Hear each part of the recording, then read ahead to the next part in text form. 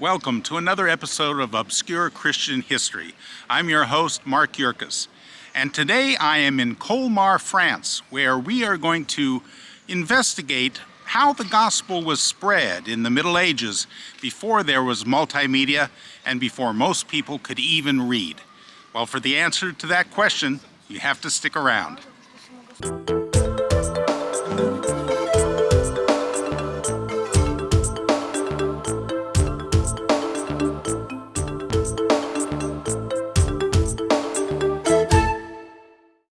Colmar is located in the foothills of the Vosges mountain range in eastern France.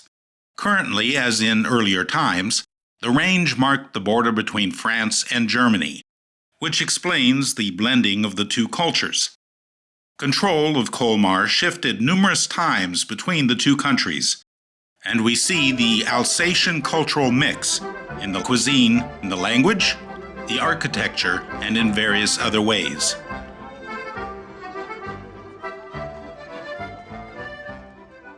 The half-timbered, colorful buildings of the old town, many of which were built centuries ago, reflect the German influence. Some have claimed that Walt Disney's animated Beauty and the Beast village was based upon Colmar.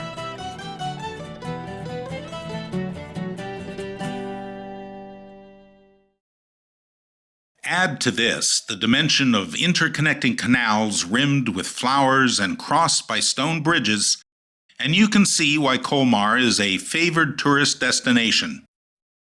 It is understandable why the canal passing through the section of the town known as Petite Venise not only earns its name, but makes a flat-bottom boat ride almost obligatory at a reasonable €6 to €9 per passenger. The central covered market building, the Marche Couvert, was built on the canal in 1865 so that local farmers could bring their produce to market by small bark boats, such as now carry tourists. As you glide down the canal, you will be treated to visual delights. Each covered bridge that you pass will open to a new vista. Your guide may even point out various interesting details, such as the 3 vertical lines on some of the window shutters, which were meant to represent God the Father, the Son, and the Holy Spirit. When people cannot read or are forced to become secretive, they by necessity rely upon symbols. The persecuted church of the early centuries spread the message that Christians were present by showing the Chi-Rho symbol, or the fish and anchor symbols. Illiteracy was a problem well after the invention of the printing press, but symbols served as reminders of religious teachings passed down from clergy to laity, from parents to children, from generation to generation. Clearly, the most recognized Christian symbol of our day is the cross. Copies are mounted upon our church steeples, visible within the church sanctuaries, and may even adorn our necks. The boat ride eventually takes you outside the Petite Venise area into an undeveloped section where you can imagine the outskirts of Colmar in the Middle Ages. But visitors have other compelling interest in Colmar. Take a walk through the cobblestone streets and enjoy the ambiance. Visit the Gothic St. Martin's Church. Explore local museums, such as the one dedicated to Bartholdi, the creator of the Statue of Liberty. Or enjoy the interactive Choco-Story Museum and learn the process of chocolate production from cocoa plant to chocolate treat. Or shop for souvenirs. There's always something interesting to find. And don't forget to try the delicious Alsatian cuisine. Tess and I have stopped in at lunchtime at a restaurant here in the Petite Venise area, and we are going to try one of the traditional Alsatian dishes called a Flammkuchen. Now, if you look at it, you are going to think pizza, and I guess rightfully so, but it is very distinct in its own right, and ours happens to have salmon on it, and cheese, and onion, and a variety of other spices. So, as usual, I will have my wife taste it before I do.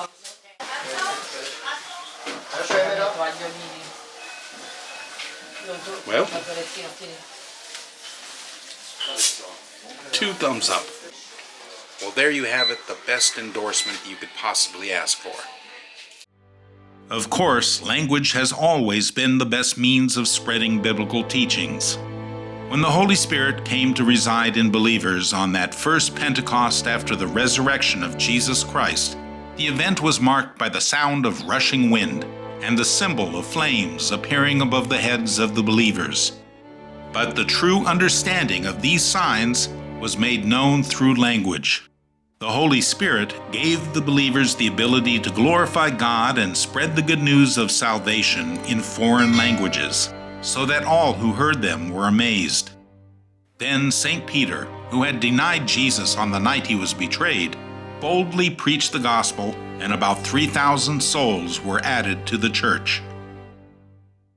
Ever since that day, preachers, pastors, evangelists, and other Christians led by the Holy Spirit have effectively preached the good news by word of mouth.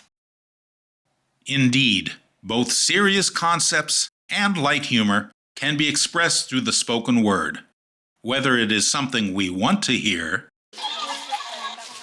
What's this? You certainly are a handsome man. You certainly are a handsome man. Thank you very much. Thank you very much.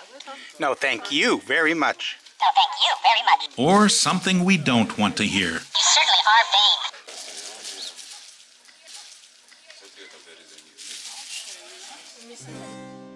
The same holds true for what we see and do. Since the early church and continuing to the present, religious ceremony and traditions have played an important role within the church. Rituals, processions, and passion plays have meaning. They are public testimony that builds community, and they may help in spreading the gospel today as they did in the Middle Ages.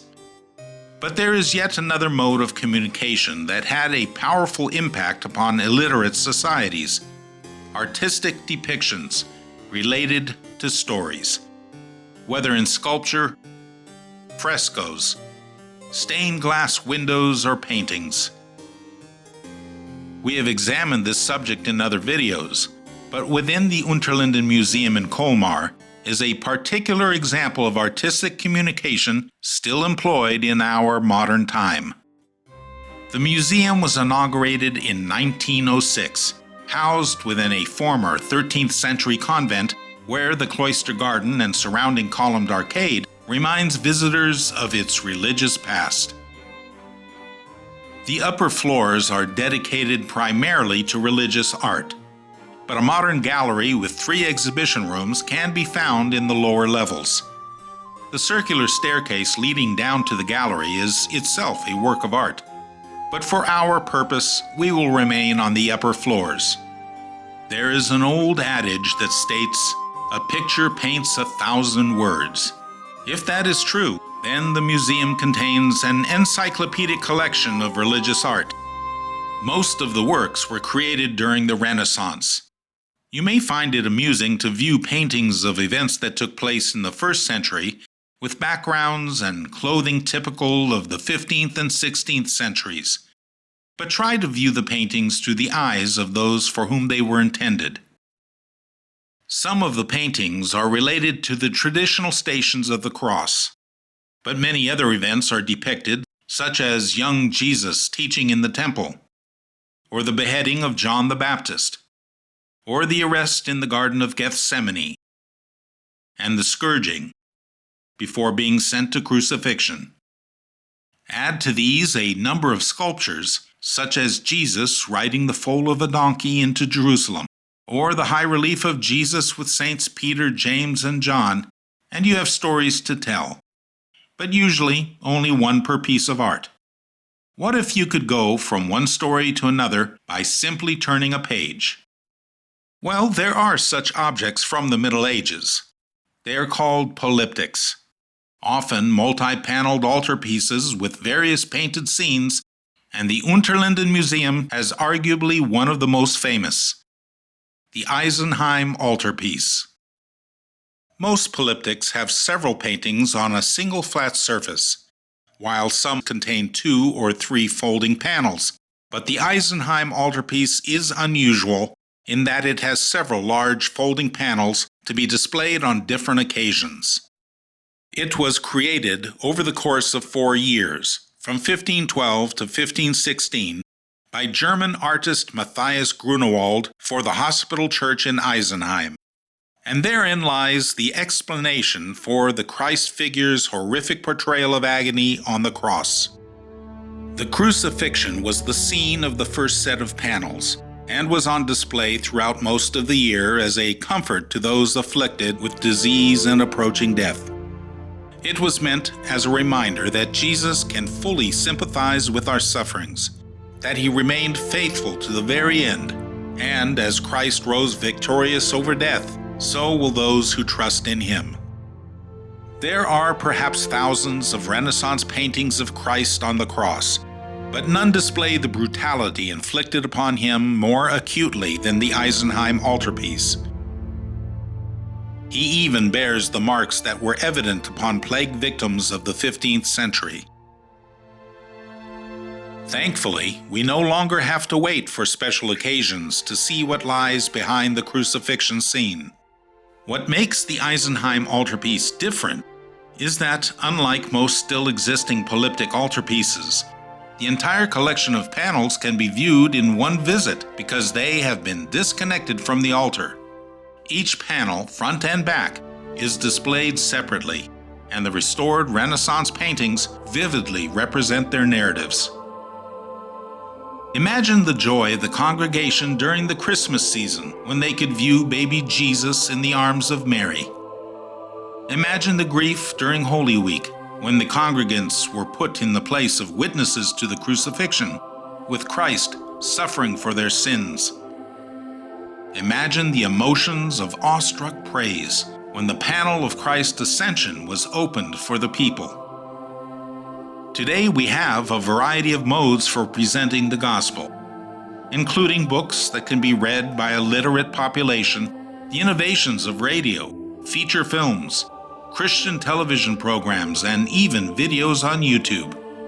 But we should never underestimate the value of the earliest conventions, the spoken word, the influence of symbols, live church rituals, processions, dramatic presentations, and the power of art in all its forms. Even multi-paneled polyptychs. Well, folks, that's the end of the episode. We hope that it was educational and enlightening. And if you enjoy what we're doing, we would appreciate a thumbs up, like, as well as your subscription and clicking the notification bell so that you know when we have new episodes come out. Thank you so much for joining Obscure Christian History. May God bless.